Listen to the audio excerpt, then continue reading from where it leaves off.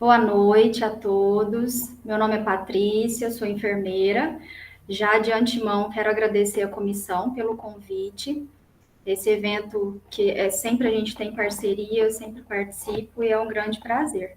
Eu já quero agradecer a todos os participantes também e me coloco à disposição caso tenham algum questionamento. Vamos iniciar.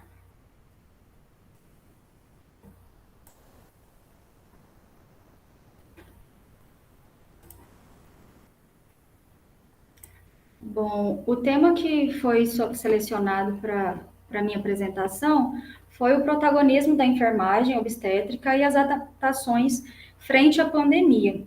Então, antes de começar, né, só mostrar um pouquinho do trabalho que eu já venho realizando em Uberaba. Eu sou enfermeira formada pela UFTM desde 2007. Trabalhei na equipe Madre Pérola enquanto enfermeira obstetra entre 2018 e até junho desse ano. Também participo da equipe ISIS. Assim que eu me desliguei da Madre Pérola, eu fui convidada pela equipe ISIS e estou com elas desde agosto desse ano.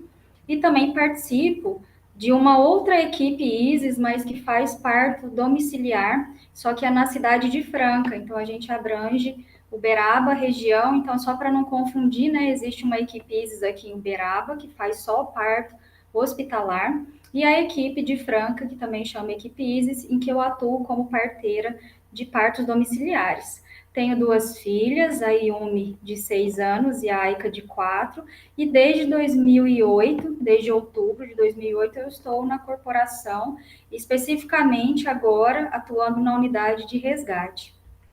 Então, vou falar um pouquinho sobre o que é o enfermeiro, né? E aqui eu quero o enfermeiro obstetra, e aqui eu quero destacar também a função da obstetriz, do obstetriz.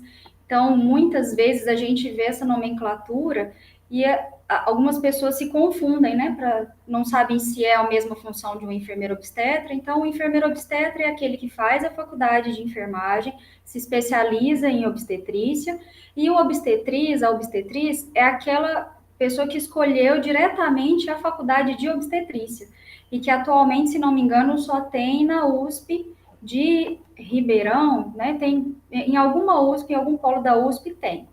Então, essa função de enfermeira obstetra e obstetriz, eles são capacitados para atuar em alguns locais que necessitam de assistência da obstetrícia. Então, aqui eu quero destacar, né, que eles atuam com gestantes, parturientes, puérperas, também atuam com recém-nascidos em serviços que exigem esses cuidados em obstetrícia, sejam eles os serviços, né, centros de parto normal, casas de parto, centros obstétricos, e onde que essa assistência for solicitada. E algumas competências, tudo isso que eu estou falando está na resolução do COFEM, que ela sofreu uma alteração, e aí tem bem esclarecido, eu só destaquei alguns pontos, né, que é promover essa assistência centrado na mulher, no parto, nascimento, na ambiência favorável, né, que o parto tem uma evolução fisiológica, que a gente tem que entender e saber ter essa visão para com a gestante, né, a parturiente, de que as coisas vão acontecer. E que a presença desse acompanhante de escolha da mulher, ele tem que ser respeitado, tem que ser previsto, e adotar as práticas baseadas em evidências. Sempre, né? A gente tem sempre uma atuação visando atualizações, e principalmente agora com a pandemia, muitos estudos foram desenvolvidos, mesmo porque a pandemia é uma doença nova, a gente não tinha, né, conhecimento do que a gente enfrentaria pela frente, e principalmente no ramo da obstetrícia, cresceu demais.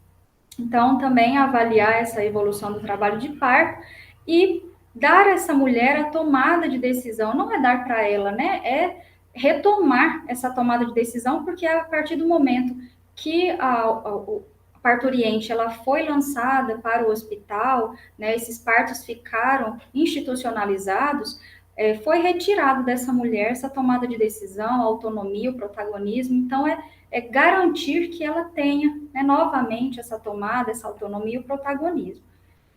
E, continuando as competências, né, de saber, então, como atuar em casos de distócia. Então, o enfermeiro obstetra e a obstetriz, eles são capacitados, nós fazemos cursos para poder atuar tanto na parturiente quanto nos recém-nascidos, atuar enquanto, né, a gente descobrir a distócia obstétrica, fazer a tomada de decisão, né, tomar as providências até que a figura do médico se faça presente naquele local.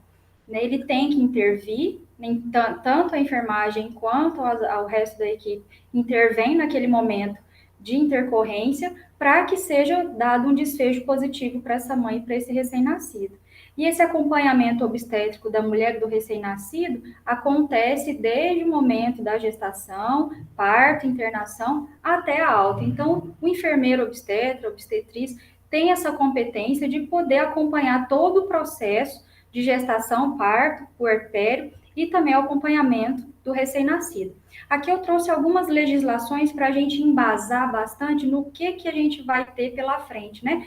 Tudo que vem acontecendo no campo da enfermagem, já que com a pandemia a enfermagem ela teve um grande destaque, né? O mundo inteiro conseguiu reconhecer a figura do enfermeiro e a gente traz um pouquinho para a obstetrícia que a partir do momento que a gestante e a puérpera foi encaixada em grupo de risco, a gente teve que cuidar um pouco mais desse binômio, dessa família também, para que a família não fosse vítima da pandemia, da infecção, e que não passasse para o bebê, que até então a gente não sabia o que aconteceria com o bebê. Então, um pouquinho sobre o modelo da Rede Cegonha, é que a Rede Cegonha, ela traz, né, como a importância de reafirmar essa gravidez, esse parto, é sempre destacar, enaltecer, proteger essa mulher e esse bebê, e sabendo que é um evento familiar, são eventos sociais, a questão do parto, né, que tem que envolver toda a família, é um processo que é passado somente pela mulher, porém, existe um envolvimento completo, né, toda a família, todo o complexo social, ele tem que ser envolvido nesse âmbito. Então, a gestação, o parto e o pós-parto, ele é, sim, né, eles são experiências humanas dessas mais significativas, e todos aqueles que participam desses processos, ou então de ver o nascimento de uma criança, eles têm essa competência, essa capacidade de ressignificar, né, de ver a potência do que é a mulher, de poder participar de um momento tão enriquecedor como esse. Então, através da Rede Cegonha, a gente percebe também que essa assistência humanizada, ela visa ao respeito, a dignidade, a autonomia da mulher, que são os pilares da assistência humanizada que tanto é se falado hoje, né? Que é a autonomia da mulher, a medicina baseada em evidências e ao trabalho em equipe. E alguns dados que a gente precisa saber também, por que, né, que essa gestante ela foi encaixada em grupo de risco, o que veio acontecendo ao longo dos passos que a gente foi verificando da pandemia, até quando que o vírus ele chegou a contaminar ou não. Então, eu vim trazer aqui algumas informações com relação a essas gestantes que foram infectadas, né, que elas têm maior chance de pré-eclâmpsia, infecções graves, né, admissão em UTIs, mortalidade materna, partos prematuros e esse maior índice de morbidade neonatal grave. Então, por esses dados que a gente veio verificando desde o início da pandemia, essas gestantes, elas se enquadraram em grupos de risco e devem ser avaliadas com mais precisão. Então, as mulheres que estão assintomáticas, elas também apresentam um risco, enquanto morbidade materna e pré-eclâmpsia. Então, com relação à letalidade, né, os estudos de 2020 e 2021 demonstraram uma porcentagem nas gestantes internadas de 5,5% em 2020, e esse 5,5% ele dobrou para 11,5% em 2021. Percebam, então, aí que essas gestantes internadas, elas tiveram um índice de letalidade, né, o vírus, ele teve um índice de letalidade muito grande, e nas puérperas, entre 2020 e 2021, o nível subiu de 12,9% até 22,3%. Então, é por isso, mais uma vez, que a gente deve cuidar não só das gestantes, né, quanto as puérperas também. Por isso que a gente vai falar um pouquinho mais para frente sobre as visitas pós-parto, por que a gente evita fazer visitas pós-partos, ou então orienta essas mulheres a não receberem, a reduzir o número de pessoas que estão ali querendo ver o bebê. Eu sei que é um momento social, é um momento de felicidade da família, porém a gente tem que vislumbrar que é uma pessoa, é uma paciente, é uma puérpera que precisa ficar em isolamento, né, que seria um momento de alegria né, o nascimento de uma criança, toda a família está esperando, porém, as puérperas deverão ficar um pouco mais reclusas, mais afastadas. Então, mais alguns dados, né, que essas porcentagens de óbitos, né, no primeiro trimestre chegaram a 5%, no segundo trimestre 21%, no terceiro 37%, no puerpério 33%, e aquelas gestantes estudadas com idade gestacional ignorada chegaram a 4%. Então, esses números são bem alarmantes, visto que, né, a gente tem conhecimento também, não só aqui na nossa cidade, nós tivemos puérperas, gestantes, que sofreram perdas, não só dos bebês, mas também perderam a vida, já com a idade gestacional avançada. Então, ele contempla, né, o número de óbitos, a infecção, desde o primeiro trimestre até o puerpério. A gente tem que cuidar e vislumbrar também que essas mulheres, elas precisam ser protegidas. Então, só para relembrar um pouquinho da transmissão, né, ela é transmitida, a COVID, pela saliva e pelas secreções respiratórias. Também existe uma transmissão materno-fetal, só que tem um pequeno risco aí via transplacentária, durante o parto e durante a amamentação, desde que não tomados os cuidados, e a gente vai falar um pouquinho mais para frente, e ainda os estudos que falam sobre a contaminação pelo sangue ainda são incertos. Então, essa transmissão vertical, né, as evidências, elas mostram para a gente que ela existe, porém, ela é pouco frequente. Então, mesmo que seja pouco frequente, a gente não pode abrir mão dos cuidados e não, nem tampouco, né, de não considerar que ele exista. Então, por mais que é pouco frequente, a gente ainda permanece com alerta. Então, ela a via de parto, por esse motivo, né, gestante, simplesmente por ter Covid, ou então no momento que está parindo, ter Covid, né, ou ser infectada em momento pregresso, não muda a via de parto, isso não interfere também no clampeamento do cordão, que ele vai ser feito no momento oportuno, e também não impede o contato pela pele, amamentação ou alojamento conjunto, né, desde que a gente tome as devidas precauções. E com relação à amamentação, a OMS traz para nós que esses benefícios do aleitamento materno, eles são muito maiores, né, do que considerar o baixo risco da transmissão vertical. Então, muitas mulheres, elas foram impedidas no início, né, de amamentar com o risco de que o bebê também fosse contaminado. Só que os benefícios, diante de todos os estudos que foram realizados até hoje, né, vem destacar que vem desde assim que foram descobertos, todos os estudos, todas as pesquisas feitas até hoje demonstraram que o aleitamento ele ainda tem os seus benefícios, né, muito maiores do que não amamentar, não fazer o aleitamento para o bebê. E diante do advento aí da vacina, todas as gestantes hoje são vacinadas e mesmo aquelas puérperas que estão amamentando, elas têm o poder de também passar a proteção para o seu bebê. Então, a gente prevê isso também, né? Que a mãe, ela está sendo vacinada durante a gestação e que a gente pode descartar um pouco dessa preocupação para o aleitamento. Então, ainda mais uma vez, a proteção e o estímulo ao aleitamento materno. O Colégio Americano de Ginecologistas e Obstetras, eles trazem uma informação para nós que é extremamente relevante, que a COVID, ela não é indicação para alterar a via de parto. Então, não é porque está com Covid, não é porque já teve Covid pregresso, que essa gestante, ela deve ir para a cesariana. Inclusive, né, a cesariana, ela deve ser pensada por indicações padrões, né, daquelas que a gente já conhece, que não podem, né, simplesmente porque tem Covid, mesmo que esteja ali, por exemplo, aqui, tem algumas mulheres que estão com Covid, porém assintomáticas, porém sem o esforço respiratório, mas a partir do momento que for percebido que existe um esforço, né, que está descompensando, aí essa mãe, ela vai ter outras opções antes de partir para uma cesariana. Então, caso, né, inclua a descompensação aguda da mãe ou as indicações fetais, aí sim é indicada a cesariana. Então, é sempre pensado por esse caminho. Nunca indicar diretamente, né, a cesariana, porque a gestante está com Covid. Então, muitas mulheres com medo, né, de várias coisas, né, que a gente não sabia na época, né, muitas mulheres optaram pela cesariana por esse fato só, de estar com Covid, ou então de já ter Covid pregresso. Então, outra informação que a gente tem é que a cesárea ela pode piorar sim a condição materna, né? Então, priorizar todas as tentativas clínicas antes de partir para a cesárea. Então, tem outros métodos, a gente pode pensar se estiver descompensando, tem métodos instrumentais, tudo para ajudar, ou então fornecer oxigênio para essa mãe durante o processo de trabalho de parto. Então, não pensar diretamente na cesárea como uma forma de fugir de qualquer outro sintoma que ela venha a ter posteriormente.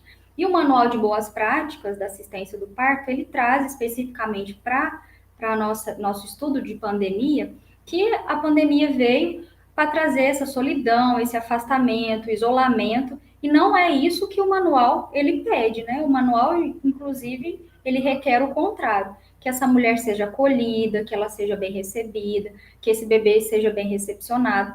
Porém, com a pandemia, algumas coisas tiveram que ser adaptadas.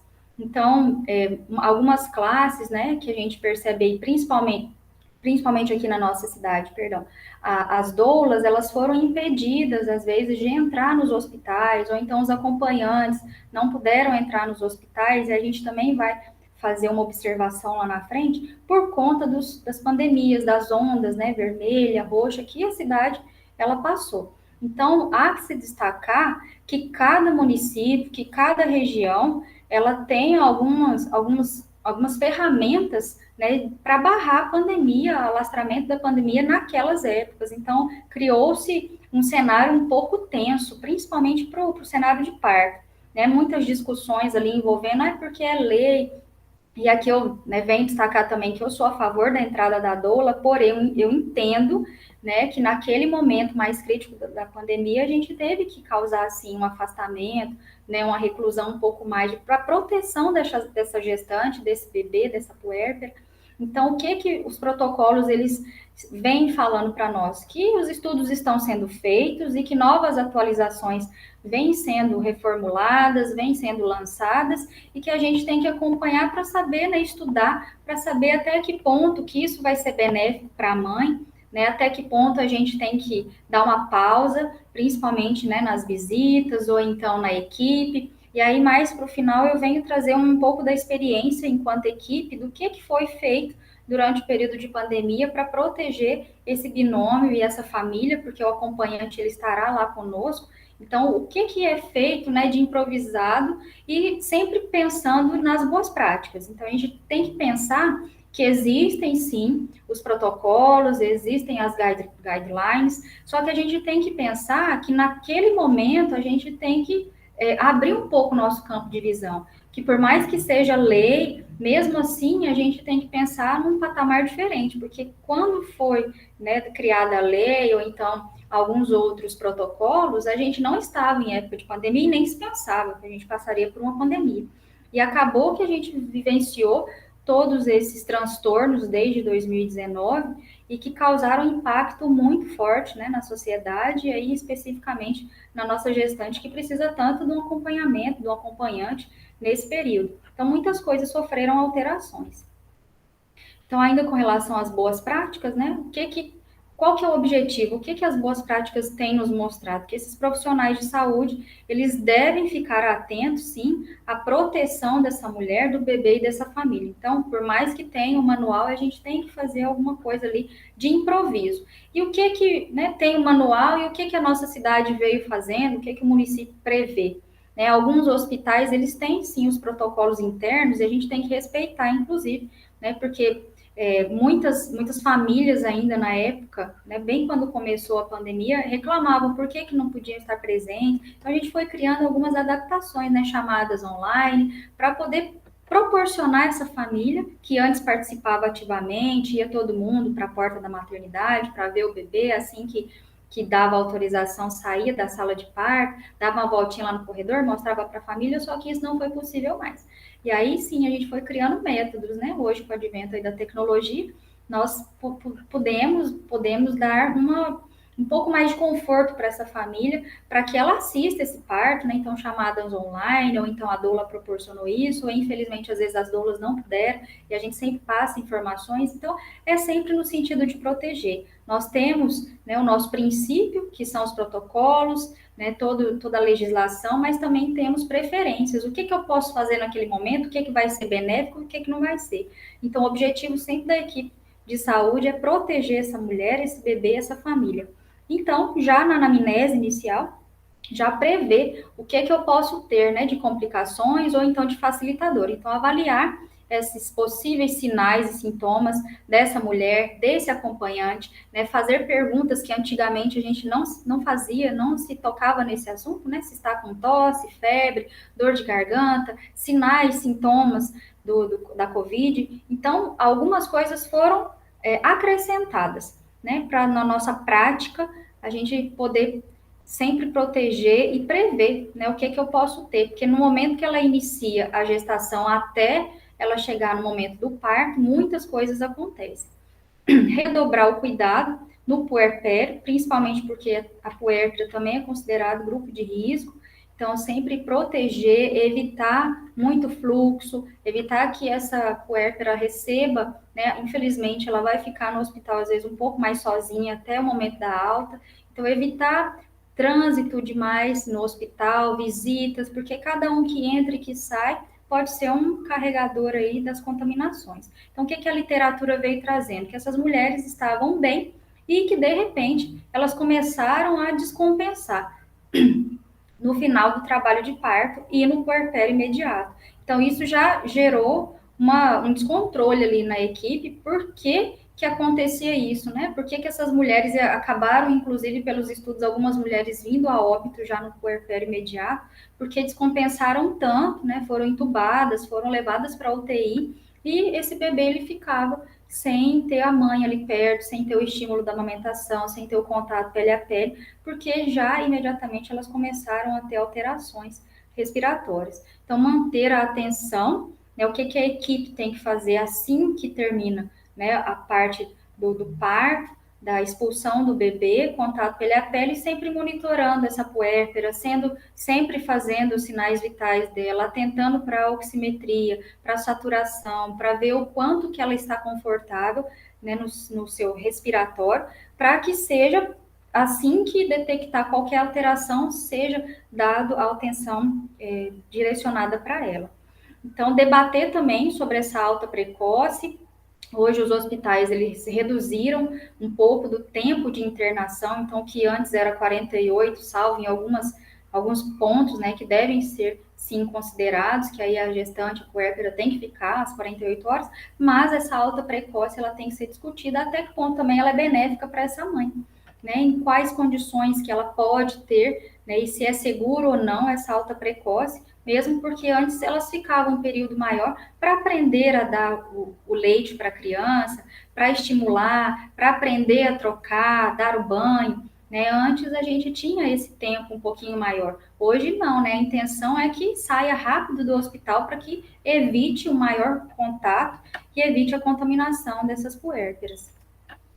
Então, não se deve impedir o acompanhante, porém, nós temos que avaliar a presença dele, até que ponto também que esse acompanhante pode ser um bom acompanhante para essa gestante. Em qual sentido, né? Se esse acompanhante, ele tem sintomas, ele não pode, mas ele é descartado, então a anamnese é feita tanto na gestante quanto no seu acompanhante de escolha.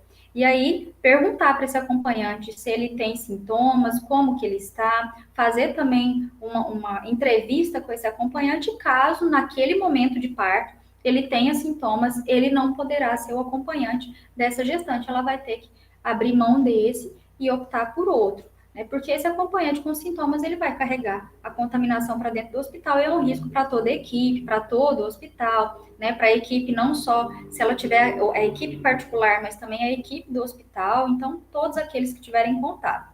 E se esse acompanhante é do grupo de risco, né? Se ele for do grupo de risco, a primeira opção é que ele não seja acompanhante também. Porém, caso não tenha mais ninguém, né, e essa gestante, ela opte por esse acompanhante, mesmo sabendo que é do grupo de risco, ele tem que ter a paramentação adequada para que ele proteja não só a vida dele, quanto a vida de todos aqueles que estão participando daquele momento de parto. Né? Então, é importante também não deixar de garantir essas boas práticas. Porém, a gente tem que avaliar cada situação, porque cada família, cada gestante vai ter os seus impedimentos ou as suas facilidades. Né? E sempre tentar garantir essa medicina baseada em evidências, assistência baseada em evidências, mesmo durante a pandemia. Então, o manual de boas práticas, a gente tenta seguir pelo menos a grande maioria que ele vem mostrando para nós, porém, em algumas situações, infelizmente, a gente não pode contemplar.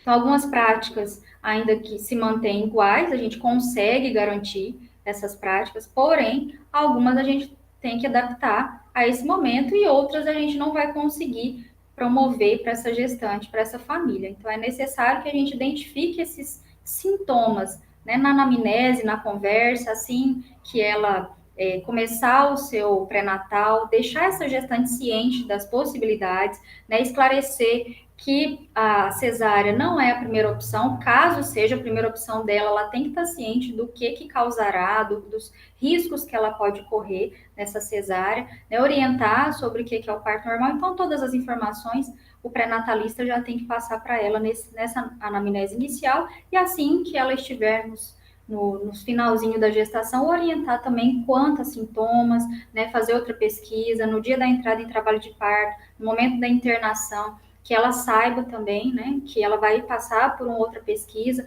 Atualmente, se não me engano, os hospitais estão fazendo coleta de teste rápido para saber se o acompanhante, se a gestante estão positivados ou não. Então, a equipe ela tem que sempre ficar atenta os EPIs, a ter acesso a esses EPIs, sempre tem que estar ali em mãos, para que essa equipe faça, né, a troca desses EPIs, ou então, se a gestante tossir, se ela espirrar, ela tem que ter essas máscaras de reserva, o acompanhante também, e sempre poder prover isso dentro do nosso sistema de saúde. Então, a via de parto, ela não deve ser alterada, mais uma vez, porque a mulher está contaminada. Então, se o trabalho de parto estiver evoluindo bem e essa mulher está clinicamente estável, né, a gente vai controlando, vai verificando durante o trabalho de parto, observando, é sempre o trabalho observacional, sempre minucioso, sempre atento, né, e às vezes até um pouquinho mais de controle dos batimentos cardíacos fetais desse bebê, para saber também se esse bebê não está passando por uma situação de desconforto.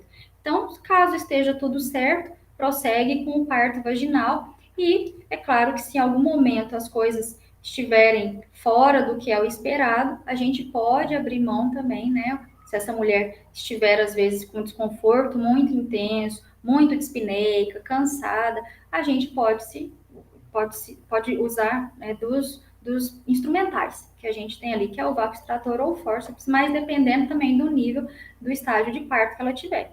Né, esses instrumentais a gente está prevendo aí que vai ser lá no finalzinho, que é no momento do expulsivo, né, que vai demandar um pouco mais de esforço dessa mulher, um pouco mais de respiração, que ela tem que respirar, não o respirado somente para ela, mas também para prover oxigênio para esse bebê. Então, caso ela tenha um desconforto, que esse bebê seja monitorado um pouco mais ativamente, e a gente pode usar o instrumental para facilitar. Isso também tem que ser passado para a mulher, né, as informações durante o pré-natal.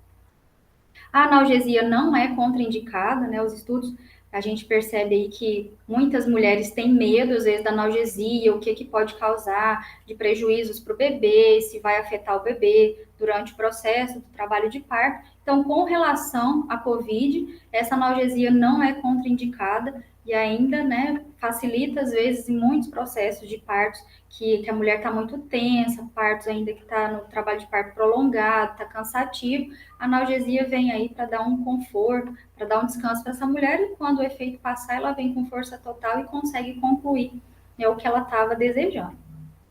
E quanto aos cuidados com o recém-nascido, o que a literatura traz para nós? Né, que esse recém-nascido ele precisa ser limpo, né, é um recém-nascido vindo de uma mulher sintomática, então há que se observar que ele precisa ser limpo e seco, colocado em contato, pele a pele, com a mãe paramentada, né? Especialmente com a máscara, para que evite-se que esse bebê seja contaminado também. Essa é a orientação que a gente tem passado, e é claro, né, depois de um parto um pouco mais demorado, então cansativo, essa mulher às vezes nem consegue. Durante o processo lá do expulsivo, a gente até fala para a gestante que ela não tem necessidade, às vezes, de ficar com a máscara, porque dá um desconforto muito grande para elas, principalmente no expulsivo, que ela requer um pouco mais de respiração e aquela máscara pode causar um abafamento, inclusive.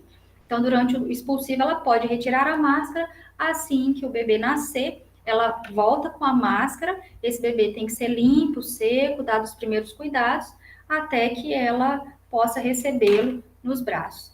Então, o clampeamento do cordão, ele é feito no momento oportuno, não há que se clampear precocemente, né? Esse bebê pode receber todos os benefícios do sangue, né, e do oxigênio que vem do cordão, então assim que parar de pulsar, faça o clampeamento e o corte do cordão. Então, as evidências também não trazem até agora nenhuma informação de que esse clampeamento ele tem que ser feito de maneira precoce, a não ser que essa mãe ou que esse bebê esteja passando por algum desconforto ou por alguma emergência. Aí sim, né, as etapas do clampeamento, as exigências do clampeamento precoce, eles seguem um algoritmo e caso tenha passado, né, contemplado algum dessas emergências, esse bebê tem que ser clampeado precocemente e retirado da cena. Então, uma mãe infectada com Covid, ela transmite, né, para o seu filho na hora do parto. Então, o que os estudos estão mostrando para a gente? Que a transmissão vertical ela é mínima ou até mesmo inexistente. Né? A natureza ela é bem sábia que protegeu muito esse bebê. Né? E mesmo na hora do parto, ainda se tem que esse bebê está protegido e que alguns estudos trazem que foram encontrados IgG nos fetos, porém não tem uma verdade absoluta, né? Não está batido o martelo aí que esses bebês eles precisam ser retirados de outra maneira ou então precisam, né, ter um outro cuidado adicional, porque a mãe infectada ela ainda não tem evidências que essa infecção ela consegue ser passada para o bebê. A secreção vaginal também não mostrou a presença de vírus. Então, o parto normal, mais uma vez, ele ainda é indicado, não há que se descartar essa possibilidade. O que a gente vem percebendo também com os partos domiciliares, né, que os partos em banheira, muitas mulheres gostam de ter o momento do parto em banheira, porque a grande maioria da divulgação que é feita é desses partos em banheira. Antes de Covid, a grande maioria das mulheres de parto domiciliar, elas faziam opção pela banheira, realmente ela causa um conforto muito maior, porém, já foi observada a presença de vírus nas fezes. Então, a gente contraindica o uso da banheira para a fase do expulsivo, porém, para o alívio da dor, está liberado. Então, muitas mulheres fazem a opção, sim, ainda de ter a banheira, de passar pelo trabalho de parto, isso não só no domiciliar, né, naqueles hospitais que têm a possibilidade de ter uma banheira, né, desde que essa banheira esteja bem higienizada, né, ela pode, sim, passar pelo momento de alívio de dor ali na banheira. Assim que iniciar o período expulsivo, essa mulher deve ser retirada da banheira e achar uma outra posição que seja mais confortável para ela, né, pensando nessa presença de vírus nas fezes, principalmente porque ao longo do trabalho de parto existe sim uma saída de fezes, e aí pode ser que contamine essa água e o bebê nascendo ali nessa água a gente vai ter um transtorno um pouco maior, né? Não tem como fazer com que esse bebê nasça diferente de não ter a contaminação ali por aquela água. Então, por isso que a gente retira essa mulher nesse momento, para que ela tenha só o momento expulsivo fora da banheira. E aí, principalmente também porque a dectação não pode acontecer na banheira. Então, é mais fácil ela sair no momento do expulsivo do que sair depois, né? O que eu tenho de vivência própria é que é muito complicado depois ela se movimentar. Então, é importante que nesse momento expulsivo, assim que iniciarem os puxos, que ela seja retirada, ache uma nova posição de conforto, e aí sim acontece tudo do lado de fora da banheira.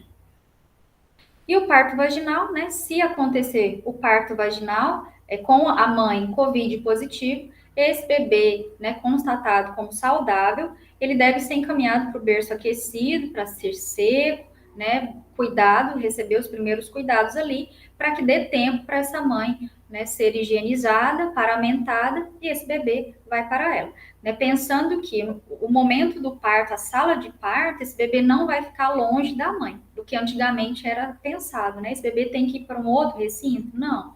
Né, ali naquele mesmo recinto tem o bebê, o berço aquecido, perdão, e esse bebê vai ficar sempre em contato visual com a mãe e principalmente com o acompanhante que está ali para observar toda a cena. Então, o acompanhante pode acompanhar os primeiros cuidados, né, os cuidados no berço aquecido, e aí faz-se já, né, o aquecimento, os primeiros cuidados com esse bebê, e depois ele é colocado no colo da mãe para dar tempo dela se recuperar, se recompor, e aí sim ela recebe o seu bebê. Mas isso não demora muito. Antigamente a gente ficava ali mais de horas, né? Há relatos que as mães ficavam até no outro dia que ia ver seu bebê. Isso não acontece, pelo menos na realidade que a gente tem aqui em Uberaba, que eu tenho vivenciado, tá? Caso aconteça isso fora, ou então fora do hospital que eu tenho o costume de atender, eu não tenho a informação.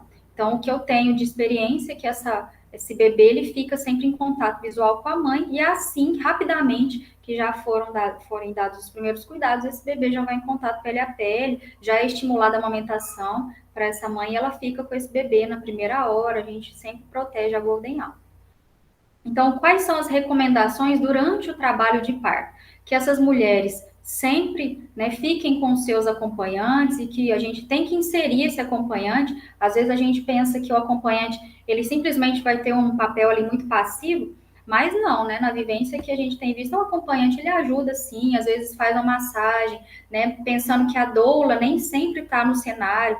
Então, esse acompanhante pode sim fazer um pouco do papel da doula, de causar um alívio de dor, uma massagem, né? Ir para o banheiro com essa gestante, dar um suporte às vezes para andar, poder servir uma água para ela. Então, o acompanhante tem essa função, e sempre resgatar, né? Porque às vezes o acompanhante, na maioria das vezes, né, que eu tenho visto, são figuras masculinas. E às vezes no meio daquele momento, né, que só tem grande parte, acho que das equipes trabalham com o maior número de mulheres, a equipe também do centro obstétrico é composta quase que exclusivamente por mulheres, esse acompanhante masculino ele fica um pouco abafado, fica um pouco isolado. Então há que se proteger também, sempre chamar esse acompanhante, para que ele faça parte, para que ele entenda que ele é parte de todo o processo. Né, permanecer mais no quarto, essa é uma recomendação também que a gente faz, ficar mais no quarto, fazer exercícios no quarto, né, todo o alívio de dor, e evitar que ela fique circulando pelo hospital. Antes a gente dava várias caminhadas, né? Ia para a escada, subia e descia um pouco a escada, mudava um pouco de ambiente do que somente ali no centro obstétrico, dava uma passeada no jardim, via um pouco de verde para ver se ela distraía um pouco, relaxava mais. Hoje a gente não pode tanto mais fazer essas voltinhas, né, dar essas relaxadas, então a gente tem que promover essa ambiência para essa mulher ali onde que ela está parindo. Então, garantir, sim, que ela tenha alguns objetos da casa, né, que ela possa ficar dentro daquele quarto, como a roupa dela, né, uma vestimenta que não é exclusiva do hospital, a não ser que ela vá, sim, dar uma voltinha no corredor, que é coisa rápida também, né, uma escada, enfim, ela quer dar uma respirada fora, porque às vezes o quarto está um pouco abafado, então, quando ela vai fazer esse passeio fora, ela põe a roupa do hospital. Assim que ela retorna para a sala de parto, ela pode ficar com a própria vestimenta. Então, é garantir um pouquinho, são mínimos detalhes que a gente consegue garantir para essa mulher uma ambiência, né? Trazer um pouquinho do ambiente da casa dela, ou do aconchego, do conforto emocional dela, para dentro da unidade hospitalar. Manter sempre essa higiene das mãos, então, o uso de álcool gel ali está à disposição, né? Está em todos os locais do hospital, e sempre garantir os EPIs, né? Sempre poder fazer a troca também das máscaras e da paramentação dentro da sala de parto. Enquanto sala de parto também, o que foi constatado pelos estudos que existe a necessidade de trabalhar com a equipe mínima. Então, o que seria essa equipe mínima, né? A doula, em alguns momentos, ela teve que ser retirada, né, para não fazer parte daquele momento, mas não descartamos também a importância da doula. Entenda-se que a doula, ela faz parte, sim, né, da equipe, que ela vai estar com os olhos atentos para a gestante. Então, vai ter a gestante ou acompanhante, em que em alguns momentos a gestante ela teve que fazer a opção entre a doula e o acompanhante. Então, eu já assisti muitos partos que, ao invés do acompanhante, aí é uma decisão tão cruel, né, tão difícil para ela, que ela teve que optar. Ou então, o acompanhante cedeu a vaga dele para a doula, e a doula acompanhou durante todo o processo, inclusive na hora do bebê nascer, foi feita uma chamada de vídeo com o acompanhante, aí o acompanhante ele assistiu do lado de fora, porque ele não podia participar da sala de parto. Né? Em outros momentos, a gestante teve que optar pela presença do acompanhante e não da doula. Então, de qualquer maneira, tem ali uma perda de assistência ou então de aconchego, né, de acolhimento para essa gestante. A função do obstetra, a parteira, que aqui carinhosamente a gente fala parteira, mas entenda, né, enfermeira obstetra e obstetriz, e o pediatra no local. Então, essa entrada de acompanhantes e doulas nos hospitais, essa entrada causou um grande desconforto, né, para todo mundo.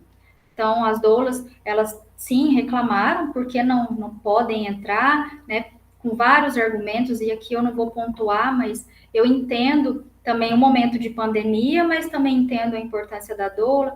Então, hoje, graças a Deus, as coisas já amenizaram bastante, já estão entrando no eixo novamente, mas no início foi um momento muito difícil, né, no cenário da obstetrícia, que a doula ela teve que ficar um pouco afastada e às vezes ceder a vaga para o acompanhante, ou o acompanhante ceder a vaga para a doula. Hoje, ainda bem que os dois estão podendo entrar no cenário de parto nos hospitais. Então, é fazer essa análise de cada serviço. Cada serviço de saúde tem as suas exigências. Às vezes, o serviço de saúde não vai permitir a entrada da doula ou só vai permitir um acompanhante. Aí a gestante vai optar pelo acompanhante ser, né, a doula ou outro da sua escolha. Nessa restrição, então, das maternidades quanto ao número de pessoas, então, é uma justificativa, né, pensando que tem que se trabalhar com equipe mínima, aí alguns serviços de saúde descartaram a presença da doula no local, não descartaram, né, mas barraram a presença da doula, e aí depois eles entenderam mais para frente que podia-se sim fazer a troca da doula pelo acompanhante, o acompanhante pela doula. Então, as coisas foram se ajeitando. Então, percebe que no primeiro momento a gente teve um caos, né? Tudo foi vetado, cortado, não podia nada.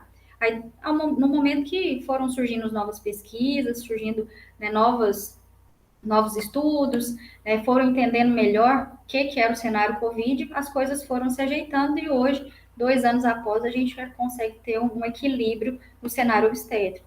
Evitar essas trocas desnecessárias, então, alguns serviços, eles pedem assim, ó, não fazer troca no meio.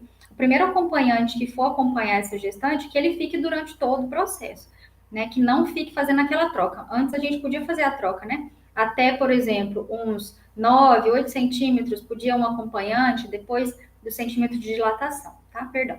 A gente acompanhava, né, no trabalho de parto mais intenso, podia fazer a troca, porque às vezes o acompanhante era a mãe da gestante, ela ficava um pouco cansada, aí no finalzinho entrava, né, o genitor, então, ou então trocava, então, enfim, hoje não dá mais para fazer essa troca, né, aquele que entra pensando que o cenário hoje de Covid, né, o hospital, ele é um ambiente altamente contaminado, não só de Covid, mas tantos outros micro-organismos que a gente tem. Então, cada vez que uma pessoa entra lá, ela carrega para dentro de casa, né, nas roupas, nos cabelos, inclusive a gente tem que ter esse contato, né, nos sapatos, tem que ter esse cuidado. Então, esse uso racional dos EPIs, o que a gente quer dizer, né, com isso? Que quanto mais gente na sala, maior o uso dos equipamentos de proteção individual, né? Maior consumo de máscaras, maior consumo de roupas ali de proteção, de paramentação. Então, esses acompanhantes consumiam muito do que a gente tinha de máscaras. E houve uma época, né, no Brasil que a gente estava com dificuldade de adquirir máscaras, adquirir EPIs, porque o mundo inteiro estava fazendo uso. Então, até as indústrias, as fábricas não conseguiam suprir todas as necessidades, inclusive de álcool gel. A gente passou um período, assim, com bastante dificuldade para adquirir álcool gel. Então, esses acompanhantes, eles consumiam esses materiais e aí faltava para quem era do serviço de saúde mesmo, né? Para o técnico, enfermagem, para o pediatra, para o obstetra.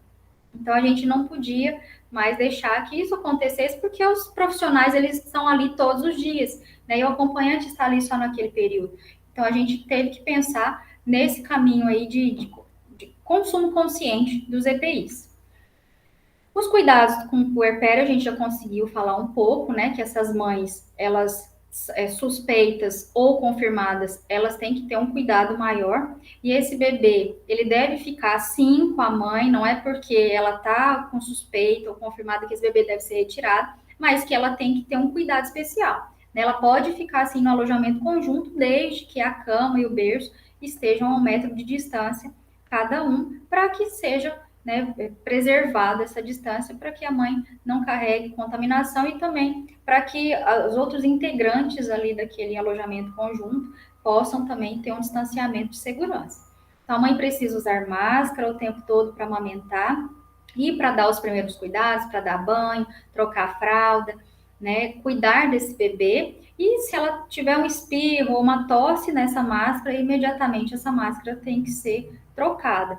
Então, ela tem que ter esse cuidado, porque o bebê, ele movimenta, ele mexe, ele passa a mão no rosto da mãe, né? E ela respirando ali, ela pode sim contaminar a mão desse bebê, e esse bebê sempre leva, né, a mãozinha no olho, na boca, então prevê também esses níveis de cuidado. Então, caso a mãe com Covid, ela não se sinta segura para amamentar, e isso acontece também, ela pode fazer a ordenha do leite e oferecer esse leite de outras maneiras, né, no copinho. Então, há sim que se pensar, porque tem algumas mães que negam realmente, não pelo fato de não querer amamentar, mas pelo fato de ter medo de contaminar o seu bebê, achando que a paramentação naquele momento não é suficiente. Então, a gente respeita esse momento dela, essa opção, orienta como fazer a ordenha, né? Porque a ordenha, o estímulo tem que acontecer para que ela não perca também essa amamentação. Então, existe o estímulo das mamas, ela vai retirar com a bombinha, ou então vai retirar manualmente, mas esse estímulo de retirar o bebê, e aí toda a orientação é passada, retirar o leite, perdão, eu falei retirar o bebê, retirar o leite perto do bebê, para que ela faça contato com esse bebê, sinta o cheiro, escute, né, os movimentos, escute o chorinho desse bebê ali no momento, para que ela também tenha o estímulo de liberar esse leite. Então, ela faz a retirada, a gente também orienta com relação à higiene e depois como ofertar esse leite para a criança. Então, ó, um recado que é dado, não se pode roubar da mulher essa vivência do parto, né? Porque tem Covid, né? Então, sempre garantir. Covid veio aí para dar uma balançada em todo o cenário, porém, a gente tem que pensar que novos estudos, né? Todas as atualizações estão sendo feitas sempre para garantir a segurança da equipe e da mulher, mas que não somente estar com Covid não deve ser um definitivo para que essa mulher tenha o sonho, às vezes, de ter um parto vaginal, ou então de ter um parto que ela quer, né, a parte humanizada, ou então com acolhimento. Isso não deve ser impedimento para que ela tenha um parto frio, isolado, né, sozinha, que ela não seja protagonista. E como garantir, então, que essas boas práticas sejam executadas durante a pandemia? Com alguns pequenos gestos, né? E aí a gente acha que é tão insignificante esses pequenos gestos, só que durante o trabalho de parto, e aí eu digo por experiência própria, né? Eu tive minhas 2 filhas por parto vaginal, tudo fica muito intenso, né? O cheiro, o toque, o que você escuta, o que você vê, fica tudo muito intenso. E não só a intensidade para positivo, mas também para negativo. Então, chamar sempre a gestante pelo nome, né? Não chamar por nenhum outro que não seja o nome próprio dela, né? E o seu acompanhante também, sempre se reportar a eles, né? Com calma, com serenidade, explicando realmente o que está acontecendo, munir de todas as informações que eles precisam, porque eles são os usuários do sistema, né? Nós estamos ali só como ponte, só como um canal, né? E eles são os verdadeiros protagonistas daquele cenário. Então, segurar a mão, né? Mesmo que seja com luva, a gente percebe também que a luva ela traz esse distanciamento, mesmo que a luva seja um equipamento que é muito fino, né? Que ainda dá para sentir a mão, mas ainda aquele calor corporal a gente não consegue transmitir, porque existe a necessidade de usar, mesmo, né? Diante de usar com a luva, a gente pode segurar a mão, a gente pode olhar com carinho, né? Falar com um tom de voz mais calmo, orientar as técnicas de alívio de dor, né? Orientar o que está acontecendo naquele momento, acolher o acompanhante. Então, sempre manter o alto astral, a positividade, e claro, né? Se acontecer alguma coisa mais grave, que essa gestante, esse acompanhante, sejam os primeiros a saber o que está acontecendo. Porque alguns relatos, né, de mães que tiveram partos ali bem antes de se falar de humanização, né, elas queixam o seguinte: eu estava ali, só que eu era somente um corpo, né? Ninguém falou o que estava acontecendo, eu me senti abandonada, mesmo com a sala cheia, né? Falavam sobre mim, mas não se reportavam a mim. Então, é isso, né? Imaginem-se nessa posição, né? Você estando ali, sendo só um corpo, sendo um objeto de pesquisa, né? E você consciente, orientado, acordado, e as pessoas falando de você e ninguém falando com você, só falando de você. É uma situação extremamente desagradável. Então, sempre dizer palavras de carinho positivas, né? De que vai dar certo, estamos chegando lá. É porque às vezes ela vai dar uma queda mesmo, lá no finalzinho, no expulsivo, grande maioria, né? Que a gente fala que é o momento da fraqueza, é aquele marco ali que ela fala, eu não vou conseguir mais, e o bebê já está coroando, já está nascendo. Mas é sempre essa fraqueza, eu não vou conseguir, eu sou fraca, eu não dou conta.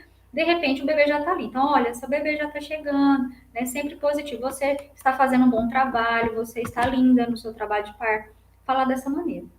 Fazer com que essa mulher se sinta acolhida, né? Estando num cenário hospitalar, mas ainda assim ela ter o acolhimento domiciliar, né? Das pessoas que ela escolheu para estar ali, né? Mesmo que ela não esteja com a equipe particular, por exemplo, mas que seja um serviço de saúde, né? Que ela se sinta assim acolhida, respeitada, né? Que ela tenha suas vontades respeitadas. Quando ela pedir uma analgesia, por exemplo, prontamente a gente já tem que prever, né, que tem que chamar e falar a verdade para ela. Vai demorar um pouco, o anestesista demora alguns minutos para chegar, porque senão ela acha que prontamente já está ali. E não é assim, ó, vai demorar, e ser verdadeiro, ser realista com ela. Né, e prestar esse suporte ao acompanhante, porque às vezes o acompanhante também fica perdido, fica abafado, como eu já falei, né, não, às vezes tem vergonha de falar, de comentar, de perguntar, mas a gente tem que fazer essa ponte aí, sempre resgatar esse acompanhante. Então, as medidas que a gente tem visto enquanto equipe para controle, né, para proteção dessa família e segurança, é trabalhar com equipe mínima. Então, a gente trabalha durante o processo de trabalho de parto, a gente fica o máximo em casa, evoluindo. Isso eu digo, pessoal, agora com relação à equipe contratada, tá? O que a gente pode promover, não só a equipe, né, mas eu trabalho também com a enfermagem contratada, junto com a doula, por exemplo. Então, é garantir que as mulheres tenham um trabalho de parto em casa com segurança. Muitas delas estão buscando a enfermagem obstétrica para isso, para que elas tenham segurança acima de qualquer coisa, né? Segurança de poder ser acompanhada por um profissional no ambiente domiciliar, pensando no parto hospitalar, tá? E eu digo aí, assim, independente de parto domiciliar, que elas fiquem o máximo de tempo em casa, o tanto que elas conseguirem, né, ficar em casa. E é claro, assim que chega o momento que ela fala, eu não quero mais ficar em casa, quer ir para o hospital, nós vamos acompanhar.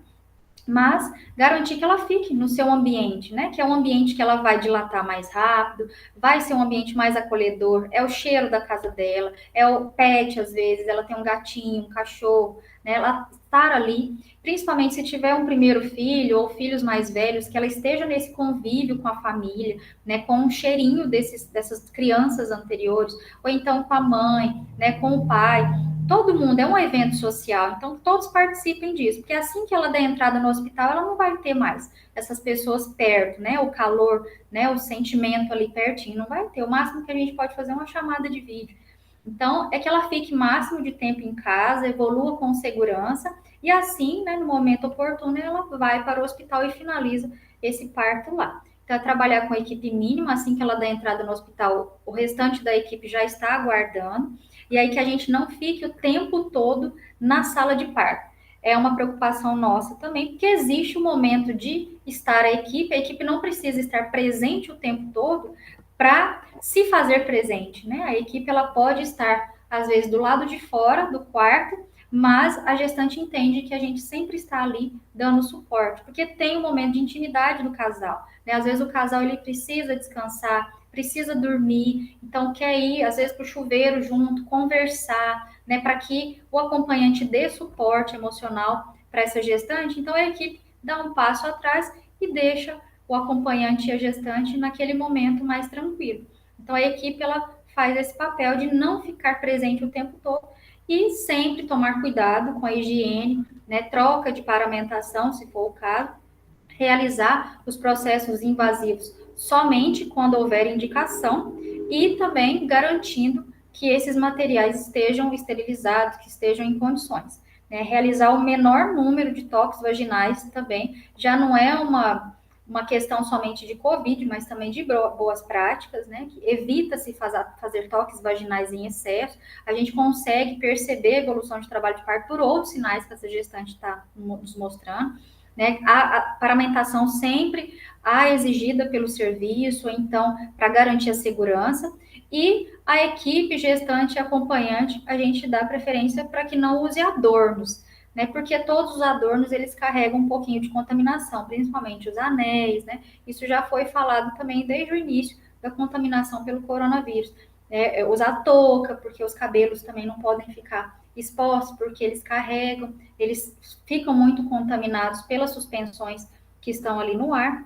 Então, garantir esses pequenos cuidados já é uma garantia de muita segurança.